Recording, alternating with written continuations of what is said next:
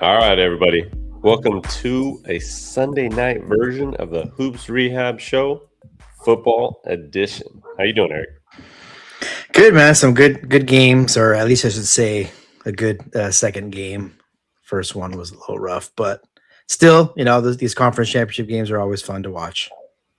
I hear you got some problems with the first game that we're going to get into tonight. Yeah, a couple little small problems that I'll get into. All right, so we're going to get into the AFC championship game, NFC championship game, and make some Super Bowl predictions here. But as always, everybody, I am the game injury doc, aka Dr. Evan Jeffries. Eric B. Mack is on my right. He is the other co-host of the Hoops Rehab Show. You can find us at our YouTube page, so please hit that subscribe button. That's where a lot of our content will go. And then, as always, wherever you get your pod, download it. It's the Hoops Rehab Show. Please hit the follow button and the auto download button on the pod, and then rate and comment. That would be greatly appreciated from the Hoops Rehab squad. All right, Eric, you ready to get this thing cracking?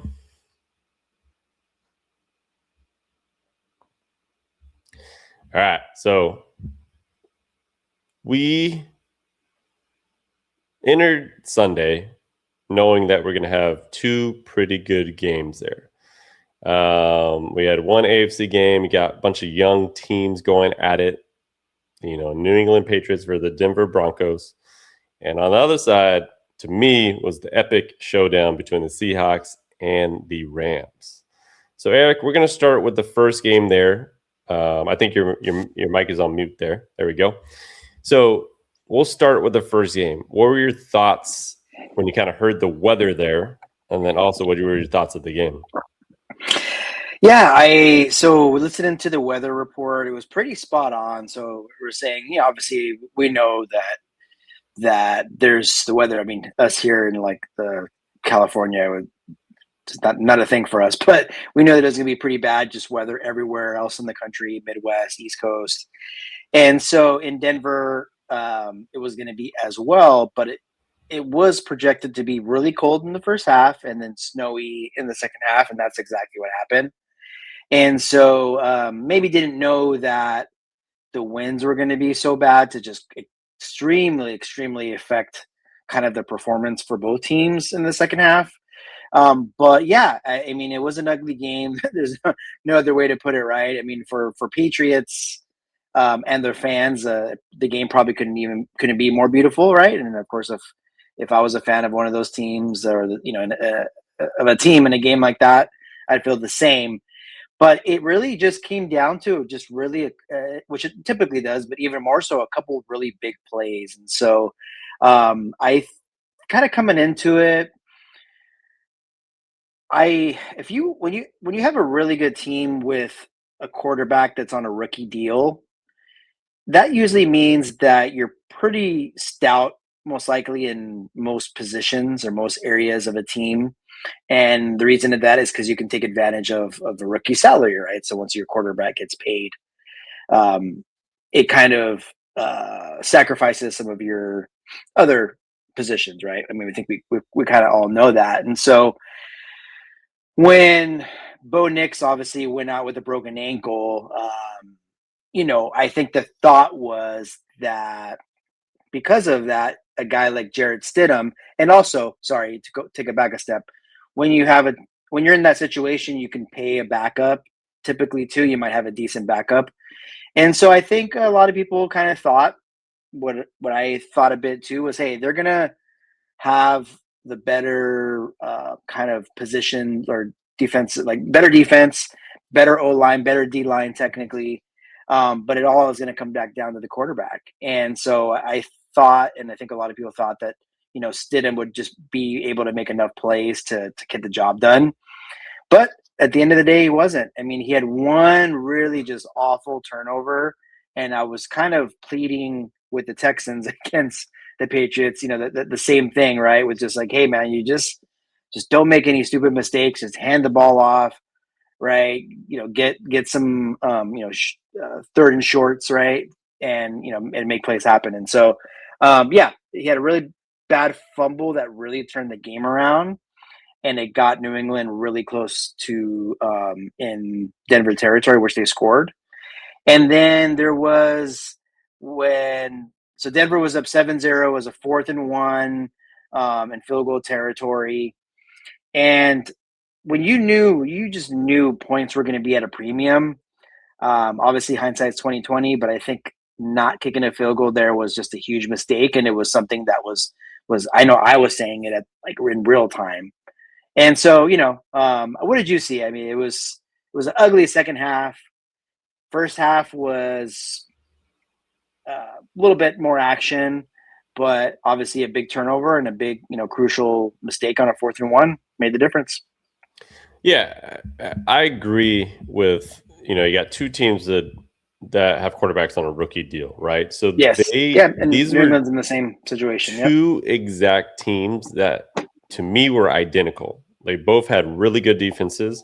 I would say Denver's probably more elite. Great defensive line.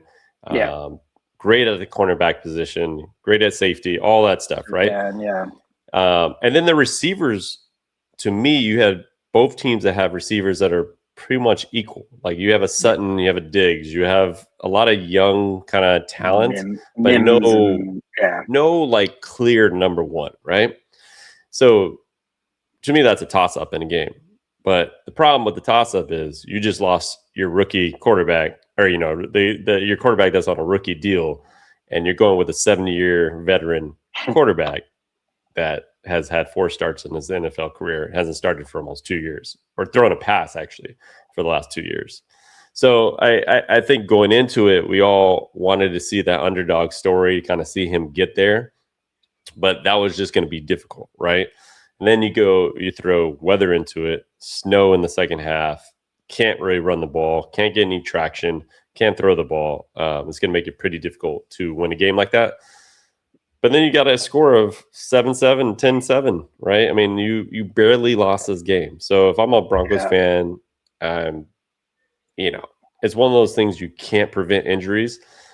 But man, when something like this happens right on the doorstep and you can possibly win a Super Bowl this year, knowing that Mahomes is sidelined right now, not even in the playoffs, that's got to be the most frustrating thing.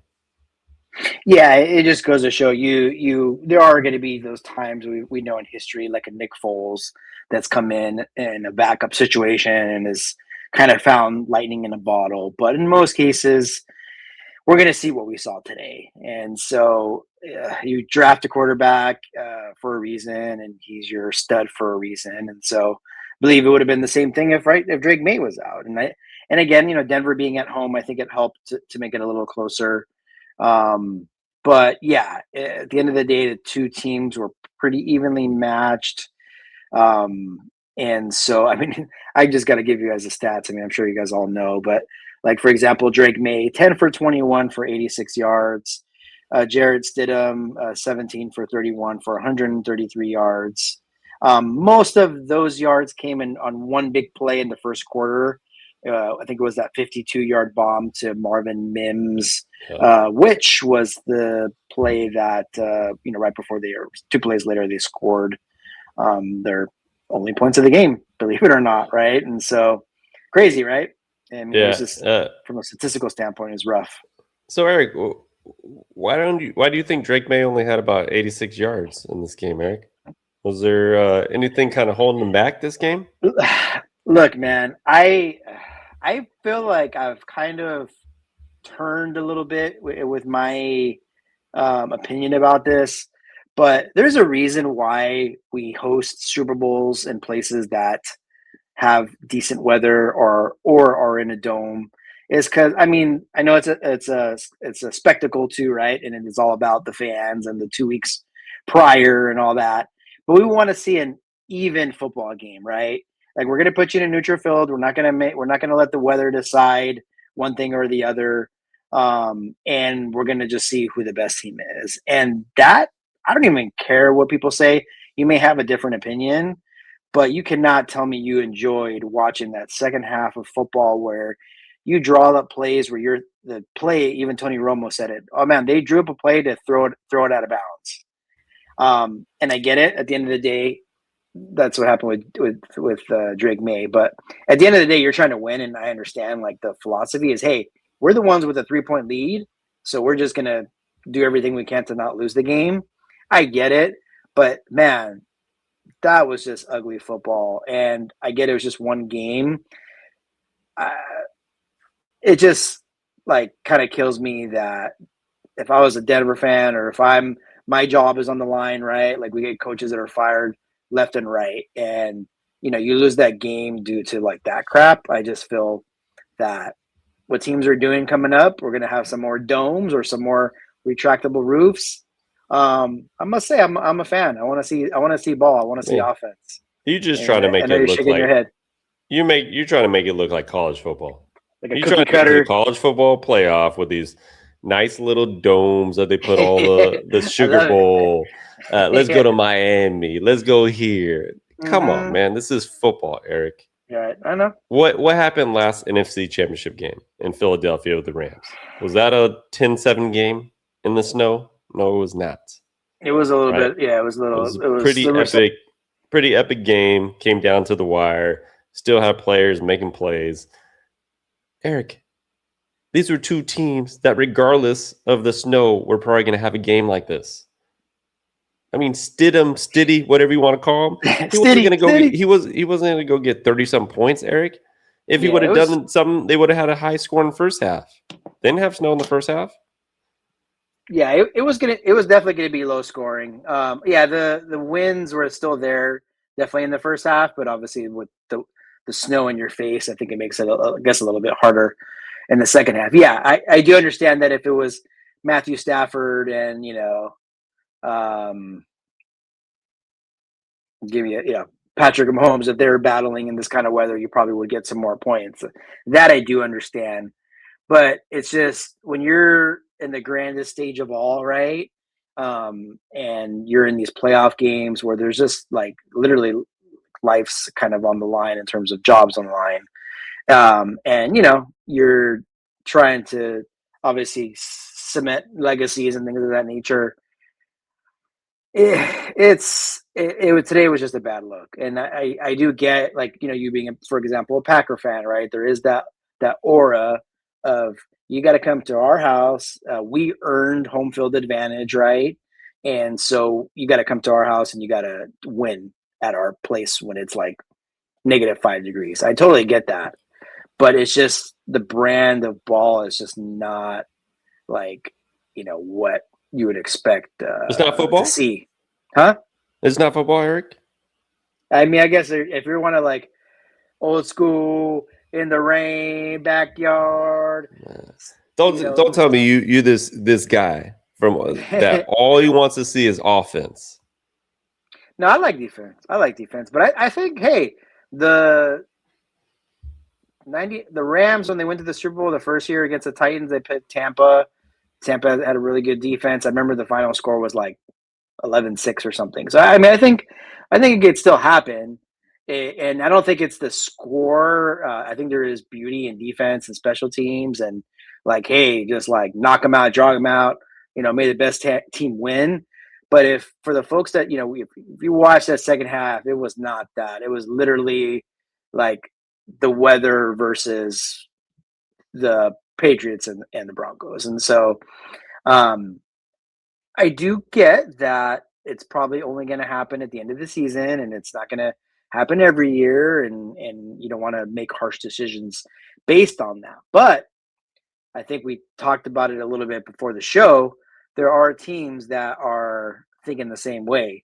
Looks like the Bears, the Chiefs, these Denver Broncos will all be having an option for retractable roof going forward. So I know not a lot of fans are fans of it, but that's okay. We'll have it's happening. In about 10 years from now, you'll have the Packers and the Bills. They'll be the only true tough teams out there. I guess you got Pittsburgh and stuff like that. We'll probably still have their stadium. Yeah, Philly, Baltimore, Philly. There'll be still some teams that will. The Midwest though is just rough, Yeah, no, I get it. I can imagine like Chicago was pretty cold when the Rams played there, but this week would have been just insane if they had a Oh game yeah. in Chicago, right? Because the weather was outrageous in the negative. So, um, Well, if I this was in totally New England, it was going to be understand. rough too. I understand that it changes the elements and changes what teams are going to do, but also just think that's football, man. Just like when you think about football, this ain't basketball, Eric. We're a basketball show. We're a hoops Yeah. rehab show. Yeah. See, I like those elements. But I like to like see that sometimes. You might go to nice weather, go in Miami. Might go to San Fran and be fine. Seattle sometimes can be just all over the place, but usually it's not too bad, right? Go to the East Coast, go Midwest, and you got some crazy weather. So I enjoy the weather. I get what you're saying. Like you want to see a better product on the TV. I get that. But there's some about when you turn a game on and you see that white snow all over the ground and you can't see the numbers. Love it. Yeah, I mean, I digress. I'm sure part of it is that I'm a Miami Dolphins fan, and the cold weather has killed us for years and years, and so it's many seasons that not so much in the playoffs, but actually back in the day in the playoffs going to Buffalo and whatnot. But yeah, it's tough for like these warm weather teams, and so I guess you get that advantage. But it is kind of like if you are into that tradition, it is kind of sad that probably in the next 10 years, there's going to be those teams like we mentioned that will be playing indoors. And, those are those like traditional, like at Chicago, at Kansas City, at Denver, right? You think we're talking about maybe Cleveland too. Yeah, Um, Cleveland. Even you know, Washington is getting a new stadium, but I don't know if it's covered or not. Trying to think of what that yeah, design is. But yeah, it's going to change over the years, and we know the game will be a lot different in terms of the condition. But yep. But you know what? At the end of the day, I think, good weather, bad weather, like having a big back, a stud running game goes a long way, and that's what New England did in the second half. for sure, They just started piling up the yards, running it, and I think that kind of goes that could happen in any type of weather. 100%. All right, so we got one champion in there. So we got the New England Patriots, and they Yeah, will be facing the Seattle Seahawks. Eric, now we're both from LA. I'm a yeah, Packers fan. You're a Dolphins fan. We grew up in a time when all the LA teams were gone, right? Now I don't necessarily cheer for the Rams much, but I will kind of support LA if they have a chance to, yeah, right? So let's get into this Rams Seahawks game, which turned into be the best game of the day, obviously. But we yeah. knew it was going to be one of those like higher scoring games, even though Seattle has a great defense. But that's just kind of Mhm. what Week 16 was like, right? That's how that game went, and this kind of reminded me of that. What were your thoughts with the game and kind of just how everything unfolded towards the end?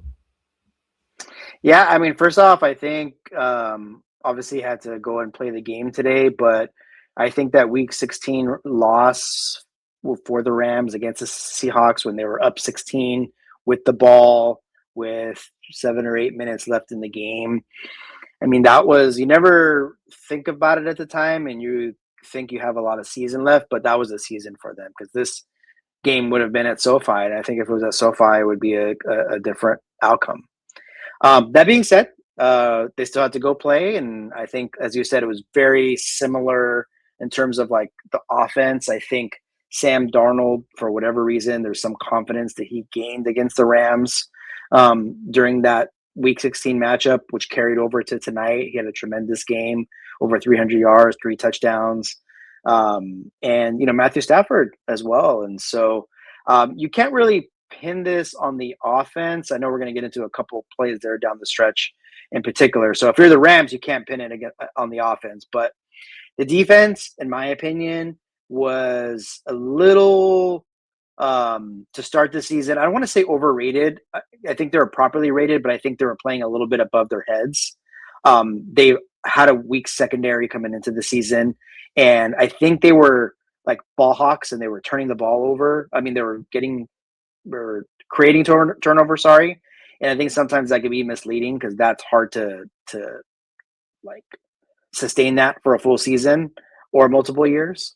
And so to me, the Rams defense, in particular, linebacker secondary, stuck out like a sore thumb the last 6 weeks, regardless of who they played. And I think we saw that today. They couldn't stop a nosebleed. They had a couple stops. The one big stop they had, they fumbled a punt, right? A fair catch on a punt. Yeah. And so got to give credit to Seattle, but there was some boneheaded plays there from the Rams for sure. What did you see? Exactly. I mean, these teams were like on offense were almost identical as a team, right? You got pretty good quarterback. I mean, Matthew Stafford's obviously all world, a lot better than what Darnold is, but Darnold's been having great couple years recently, right? They both threw for 300 some yards, right? 346 for Darnold, 374 for Stafford, right? So then you go, they both have a clear cut number one guy in Puka and JSN. Numbers are pretty even too, the two receivers. Puka, right? 9 receptions for 165 in the TD. JSN, 10 receptions, 153 in the TD. I mean, like, it's like identical teams. Yeah. I think the thing that separates them in this game is special teams. And that's what hurt the Rams in the first one and in week 16, which is that when they fired their or is it before they fired their special teams coordinator? They like let him go or something like that after they fired him, but I think they may have fired him before that. Was it before that, right? But they've been having trouble with special teams all year, right? Right. Yeah, don't quote me so on that, I think it was before. Losing a punt, obviously the fumble was huge. I know you were a big proponent for them going for 2 when they scored there because of how bad their defense was going. Now, what are your thoughts on that? Like, to me, I don't know if it's just too early to do that, right? Because it was the third quarter. Or is it just your thought process was you ain't stopping anything, so you better at least get the points while you can? Yeah, I'm kind of looking now when it was the third, but it was 2 minutes left in the third. So yeah, the kind of old school thought was like you don't chase points, right? You go for 2 when you really need to, maybe the fourth quarter. And so who knows what would have happened? Who knows if they would have got the 2-point conversion? Maybe they would have missed it. For me, I always think go for 2. So basically, if the other team comes back and kicks a field goal, are you still down 1 possession technically? And so that was my thought process. So you're down 4, you're down 5. It was kind of you have to think of of what's going on in the game too, right? So Reek Woolen, the DB for Seattle, had just gotten that personal what do you call it? Yeah, unsportsmanlike conduct, taunting, right? Yeah. So it was for you guys. I'm sure you guys all watched, but it was a third. It was about to be a 4th and 12. So it was a 3rd and 12. 3rd and 12. Stafford, incomplete pass. He's taunting the sideline. 15-yard penalty, automatic first down. Very first play, touchdown. Puka Nacua. I thought maybe because of the moment, right? Seattle was a little bit shell shocked. Yeah, you kind of go for the 2. Let's say you go for the 2. You get within 3. So during that last drive, and it was an amazing drive. It was 84 yards. I mean, Matthew Stafford was a surgeon out there. It was a 3rd and 4 and a 4th and 4. I'll take a Stafford-led team on offense 5 minutes ago on a 3rd and 4 and a 4th and 4. And so, say you're down 3 there, you kick the field goal. You still got to get a stop though. So I'm not going to say that they would have won the game because of that. But it could have been different. And so on that note, I do got to ask you, so do you feel that it was the right thing to do? Because there's some speculation out there. 5 minutes left in the fourth quarter, 4th and 4. Do you kick a field goal to go down 1, or do you go for it? What was your kind of real-time thought? Oh, you go for it. I mean, you saw what happened when they got the ball back. Like, Seattle was not going to run the clock out. Yep. They were not running the ball 3 straight times. They literally just got the first down. Like they were JSN, and it was just going to be that way, right? So at that point, you had to go for it. I just don't like necessarily the play call. I thought maybe I know you're not supposed to probably use your timeouts in that window, but I felt like they were rushing there, and they could have at least had a timeout, talked about it because it's such a big play, such a crucial play, and then just kind of gone for it and probably drawn up a better play where you get obviously Puka the ball or a Devontae Adams, right? You're not throwing to some random dude in the end zone. Sorry, no, I'm not. No disrespect to the other person, on this team, but you got to go to your big guys at that point. Yeah, so I would definitely have gone for it no matter what. I don't think that was a bad call or anything. Yeah, so they went to Kanata Mumfield, the receiver, and Who? Terrence Ferguson. Yeah, exactly. No, who'd you say? Yeah, Kanata Mumfield was the first guy that they went. That was it was only his one and only target. Kanate Mumfield. No disrespect. They went to Kanata and that 3rd and 4. Yeah, yes. He has 10 receptions for 92 yards on the season, Eric. I've never heard of this guy. So on the biggest, second to biggest play of the season, I guess that 4th and 4 was big too. And both plays. So the first one was to Kanata, and the next one was to Terrence Ferguson. They were both against their top DB, Devon Witherspoon, right? So who's a baller. So not only I do get it. I'm sure those guys were taken away, but I take it you don't care, right? You don't got you can't go to a Kanata at that moment. I just thought you could have dialed up a better play if you just called a timeout, kind of maybe even saw what they were going into, right? That's a strategy, right? You go up to the huddle, you kind of see what defense they're in, call a timeout. McVay is obviously a genius, and then kind of come up with a play that will beat that defense. So I just thought they could have managed that a little bit better because yes, you needed your timeouts so you can try to get the ball back, but did you get the ball back? Right? I mean, like you weren't. You did with 25 seconds. Yeah, with 25 seconds. I'm saying like you weren't. It wasn't going to get. You weren't going to get the ball back with actually amount of time that you would want, because I felt like Seattle was going to close that game out no matter what. So, I mean, you can't really blame McVay on that. I thought that was a moment in the game where it was crucial.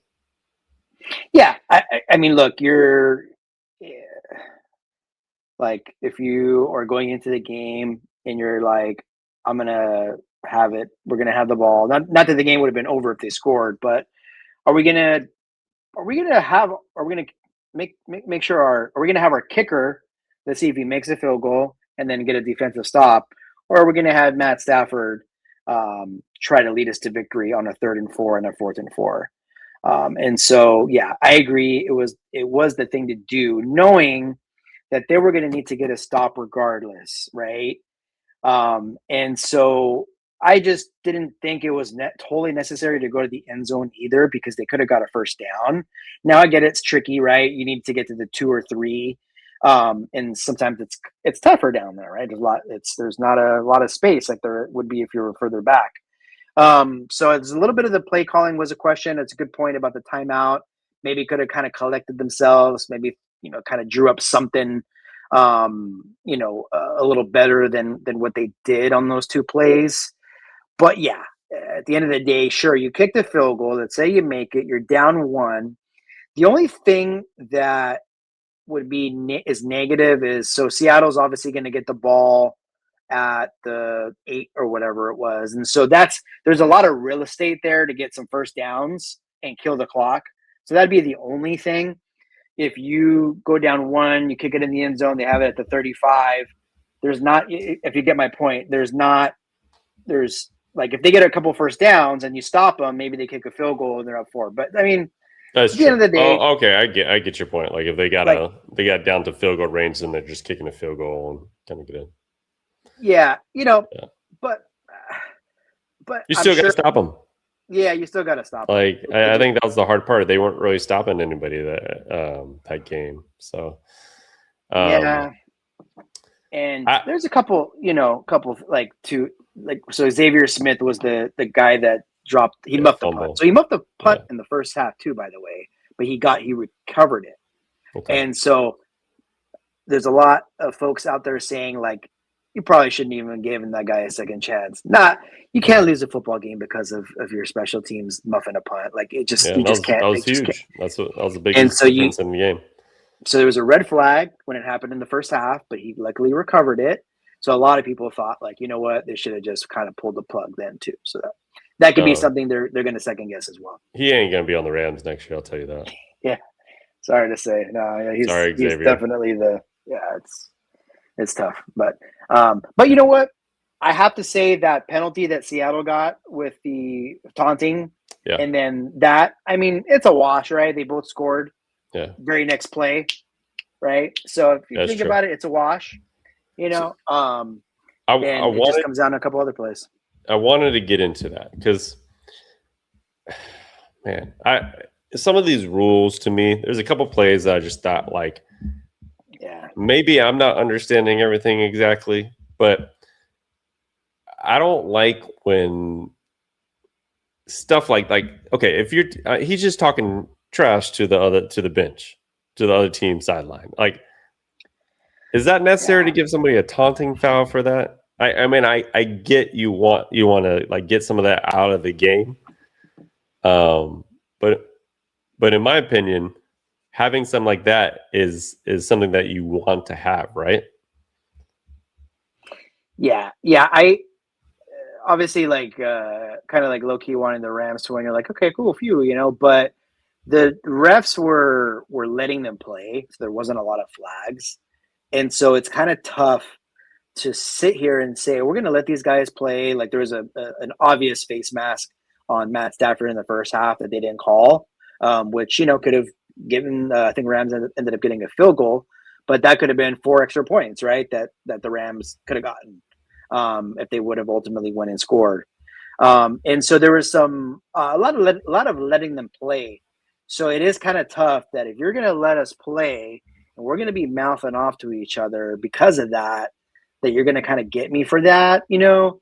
Of course, if you've kind of been telling me all game long, hey, watch it, something like that is a different story. And obviously we wouldn't be privileged to that because we don't hear what's going on. But yeah, I mean, it's the championship, conference championship game. It's a close battle. It's, I mean, these guys are pouring it on out there. But yeah, I do agree that you hear me okay? Yeah, I can hear you. Yeah, okay. I do agree that it is was a little ticky tack for sure. Yeah, I just that, and then the out of bounds stuff. Like when JSN went out of bounds, right? Like they ended up calling that, or because of the challenge, right? They ended up calling it that he was out of bounds or wasn't. Which one was it again? Which like one? When McVay challenged, it was like with like 3 minutes to go, right? When they were like they got the first down and it looked like JSN was out, but then they started running the clock. Yeah. But then they called them out of bounds. They called him out of bounds, right? But it like at first they let it run. Then you had the Puka one at the end, and it's like, where do you think he's going? Like, what's the difference? Yeah. Of course he's going. If you fall out of bounds, like I feel like you're out of bounds. Like I don't. To me, that doesn't make sense because like his momentum is going to take him out of bounds. If you land inside, you're obviously inside the bounds, right? But if you're landing out of bounds, like I don't understand how that keeps the clock running. So I wanted to see one last play from Stafford to see if that would make it work, right? So to see if maybe you get a Hail Mary, you get something out of there. But to me, it's almost kind of like those catches last week, right, where the guy intercepted the ball from Denver, and it's like if you had that in the end zone, then they call it a touchdown, and then it's a touchdown, right? It's not necessarily an interception. So to me, I think there's like some stuff that goes on with the refs, and then also just the rules and things like that, that can be different from game to game. Yeah, it's kind of like, it's just not that you're going like too like ticky tack or whatever, but it's just, I mean, the spirit of you're just making such big calls and it's just so inconsistent, right? I mean, to me, the one with that you were just speaking of with Seattle, who was it that they with 3 minutes left that caught the ball? Jason. Yeah, Jason. He caught. Like, to me, it seemed like the same, like obviously different play, but similar to Puka.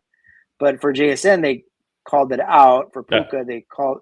You know, it's like that. Like you're going out of bounds. Like, come on, like. And, you know, again, if you're a Seattle fan, of course you want that game to end there. But like the spirit of the rule is just they got to kind of look at that. And, you know, Yeah. Because like, I mean, he literally like was such a freaking dart and such a great catch, right? And yes, I know he wasn't literally running out of bounds, but man, like he glided out of bounds, and he's out of bounds with 2 Yeah. seconds left. I Hail just Mary. he Let's see was what going out happens. of bounds. I just don't see it like as I don't think it's necessary to Yeah. call him. And so but you know that wasn't going to win them the game. I highly doubt they probably would have completed a Hail Mary, but Yeah. it takes out Never know. takes out that like, ooh, what that play would look like. What if he gets it, right? What a play by Stafford. What a play by Puka. You know he Like, could throw. You know he could throw it down there. He'd be of able to get it there course. for sure. Of Yeah. course. But nonetheless, the Seattle Seahawks are now the NFC champions. Yep. And that brings us to Oh yeah.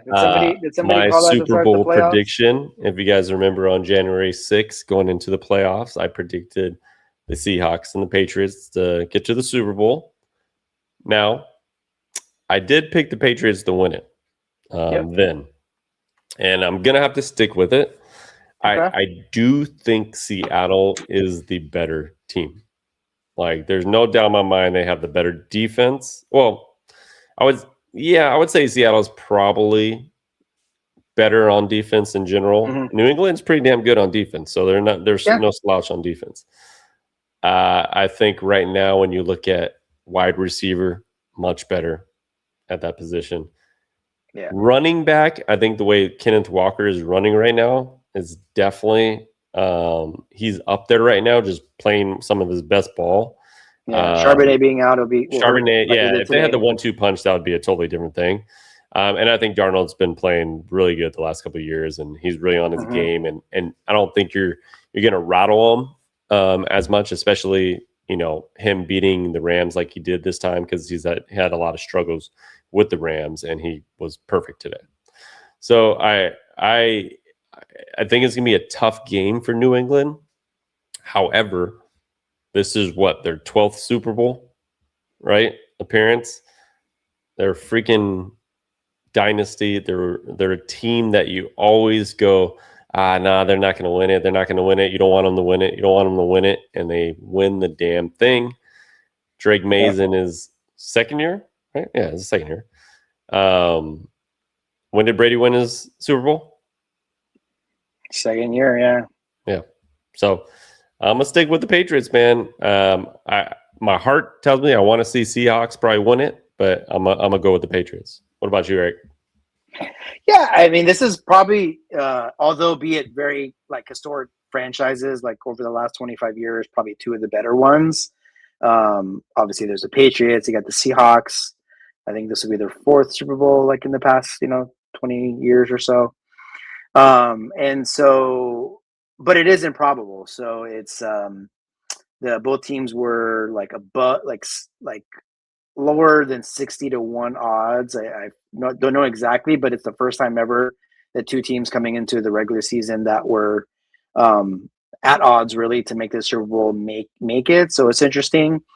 You're seeing two different ways of doing it. And I don't mean by style, because they have very similar style, but you got your kind of stud quarterback, right? High draft pick. And with obviously some really good coaching, and then you got a very well balanced team with a journeyman quarterback who was obviously was highly drafted as well. But this is Sam Darnold's fifth season, and so I guess it kind of shows that there's multiple ways to get there, which is kind of a good thing for teams, right, that are looking to kind of make some noise, right? And so that's what I got to say first off. It's going to be tough. I truly felt that Rams were going to be a tougher matchup for the Patriots than Seattle. I think that they kind of just match up a little better with them. But at the end of the day, this playoffs has told me one thing, that it's been about the favorites. So all the favorites except for, I believe, San Francisco beating Philly have won in the playoffs. And so the Seahawks are favored to win. I think it came out at, not that we talk spreads here that much, but it came out at 3.5. But it has gone up. It has gone up. A lot of people are already hammering. hammering the Seahawks. Yeah. And so, with that being said, that's what happened. I'm sure when Tom Brady had his first Super Bowl as well. But that being said, I think I'm going to go with the Seahawks. I'm just going to go with a team that's been the best, team a year probably, and looking for them to get it done in San Francisco. Yeah, I think it's going to be a hell of a game, though. Like, I think these are two quality teams. I mean, the Patriots going from 4-13 last year. 2 years in a row. All they did was add a coach, one, and then they spent some money on defense. Well, that was pretty much it, right? Like, they had some players here and there, but didn't change the quarterback. Went with Drake May his second year. You obviously brought in Josh McDaniels, this dude is a bona fide offensive coordinator genius. He's not a head coach, and stop tempting after they win the Super Bowl this year. Don't do it. Don't do it, NFL. He just is really good at being offensive coordinator for the New England Patriots. So I don't think he should go anywhere else as offensive coordinator either. I'm just saying, like, it's pretty remarkable what he's done with Drake May. Obviously, turned him into pretty much a superstar, MVP candidate. Could win the MVP. I mean, it's either him or Stafford, right? Yeah. So I think that was the biggest addition. So their biggest addition was just coaching. Getting Vrabel and Josh McDaniels. I mean, that's how big of a turnaround they made, right? So it's pretty cool to see. But yeah, it's going to be a hell of a game, and I hope it's at least an entertaining one with good weather, Eric. I know. Well, it'll be outdoors. It'll be San Fran. It might be a little chilly, I guess, but there was a Super Bowl there 10 years ago. Super Bowl 50 was there, so it is back. But yeah, obviously there's going to be a lot of time to talk about the matchup and how it's going to, play out. But yeah, I think obviously you're going with the Pats, your original OG pick, and I'm going with the Seahawks. Maybe because I don't like the Pats very much, but yeah, we'll see. We'll see what happens. But I think both coaches are solid. Both quarterbacks are playing at a high level. Yeah. Both really good defenses. Both have some skill position guys. Running game is good on both sides, right? Pretty damn even, if you ask me. So we'll see. May the best team win. Yeah, definitely. All right, everybody. So that was our football edition of the Hoops Rehab show. We'll be talking about Super Bowl a little bit as the weeks go on, and obviously we'll talk about it after the Super Bowl. But until then, we'll be back to basketball next episode. We'll see you guys soon, and the Hoops Rehab team is out. Peace out, guys. Peace out, everyone.